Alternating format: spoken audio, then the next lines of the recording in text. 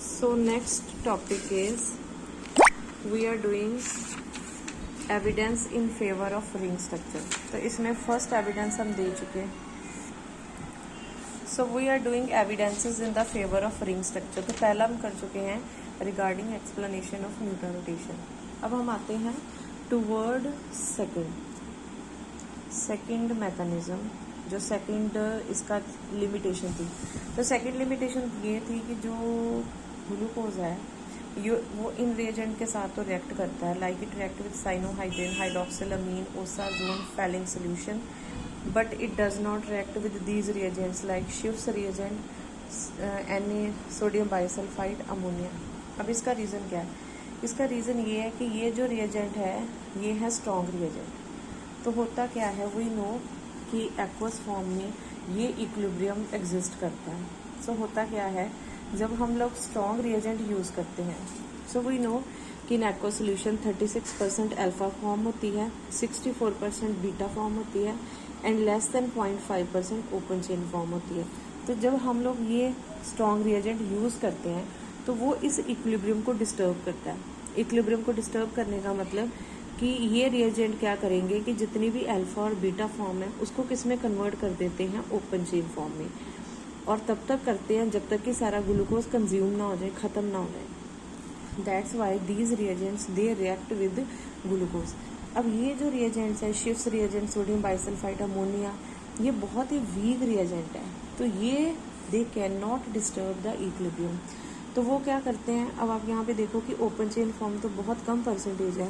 तो ये जो कमज़ोर होता है उसको जो मिलता है उसी के साथ एडजस्ट करना पड़ता है, और जो स्ट्रॉन्ग होता है वो अपने लिए सिचुएशन क्रिएट करवा लेता है. जो स्ट्रॉन्ग था उसने इन दोनों को भी कन्वर्ट करवा दिया ओपन चेन फॉर्म में, लेकिन जो कमज़ोर हैं वो लेस देन 0.5%. तो लेस देन 0.5% का मतलब क्या है कि बहुत कम क्वांटिटी है.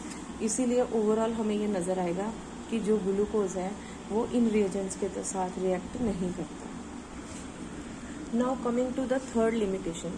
थर्ड लिमिटेशन थी कि ये जो दो मिथाइल ग्लूकोसाइड बनते हैं, तो होता क्या है, वी नो कि ये जो अल्फा और बीटा डी ग्लूकोज हैं, जैसे ये हैं, इनका इक्विलिब्रियम है और मैक्सिमम परसेंटेज में ये दोनों एग्जिस्ट करते हैं, यानी कि 36% एंड 64%. तो अकॉर्डिंगली हमारे पास मिथाइल, ये एक अल्फा डी ग्लूकोज है और एक ये बीटा डी ग्लूकोसाइड है, राइट, जिसको हम ग्लूकोपाइरोनोसाइड भी कह सकते हैं. अब ये जो हमारे पास ग्लूकोसाइड्स बन रहे हैं दे आर फुल एसिटल. और फुल एसिटल का मतलब ये है कि अगर आप इनको एसिडिक मीडियम में डालते हो तो ये वापस से किस में कन्वर्ट हो जाएगा, मीथेनॉल और ग्लूकोज में. So these are full acetals. तो जब हम इनमें एसिडिक मीडियम यानी कि एसिडिक कंडीशन सेट करते हैं तो they are converted back into methanol and glucose. But अगर आपने एक्वस मीडियम रखा, जैसे कि pH 7 रखी, न्यूट्रल है, तो क्या होएगा, कोई म्यूटर रोटेशन नहीं हो सकती, राइट. उसका रीज़न ये है क्योंकि जब आप इसको एसिडिक मीडियम में डालोगे ये वापस कन्वर्ट होएगा तो ओपन चेन फॉर्म में कन्वर्ट होएगा. ओपन चेन फॉर्म में कन्वर्ट होएगा तो जो म्यूटर रोटेशन होती है उसके लिए क्या कंडीशन चाहिए, उसके लिए ये वापस उस फॉर्म में कन्वर्ट होना चाहिए.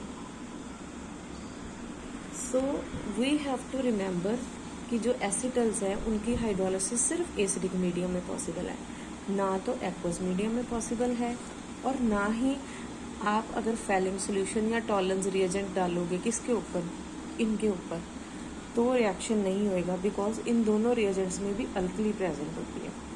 सो अगर हम इस पॉइंट को समराइज करें तो ये पॉइंट हमें ये कहता है कि अगर आपने इसको वापस कन्वर्ट करना है मीथेनॉल और ग्लूकोज, और उसी में ओपन चेन फॉर्म आएगी जो इनके साथ या जो म्यूटर रोटेशन शो करती है, तो that is possible only under acidic condition rather than under neutral और अल्केलाइन कंडीशन.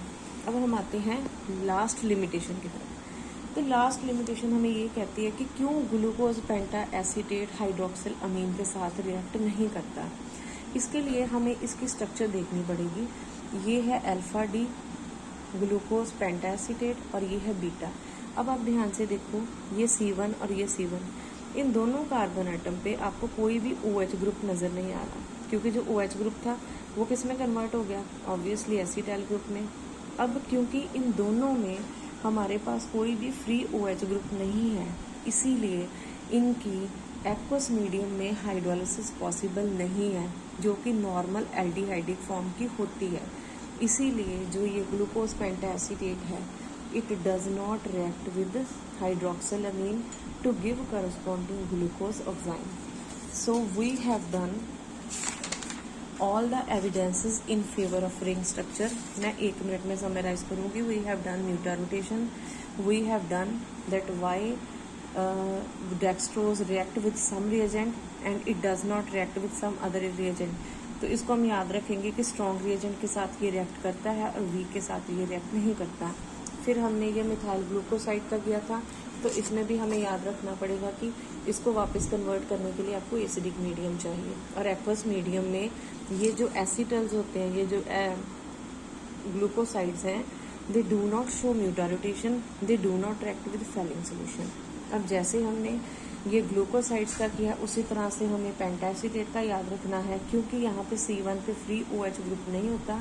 तो क्या है, they are not hydrolysed in aqueous medium and hence they do not react with hydroxylamine to form glucose oxide.